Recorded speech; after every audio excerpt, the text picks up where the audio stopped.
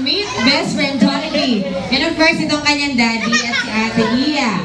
Okay, for now mga kids, bigyan muna natin ng chance sa magkaroon ng family picture si Ethan.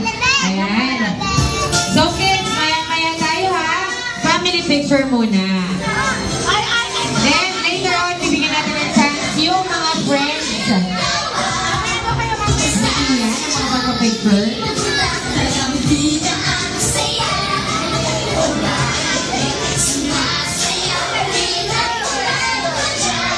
Ethan, smile!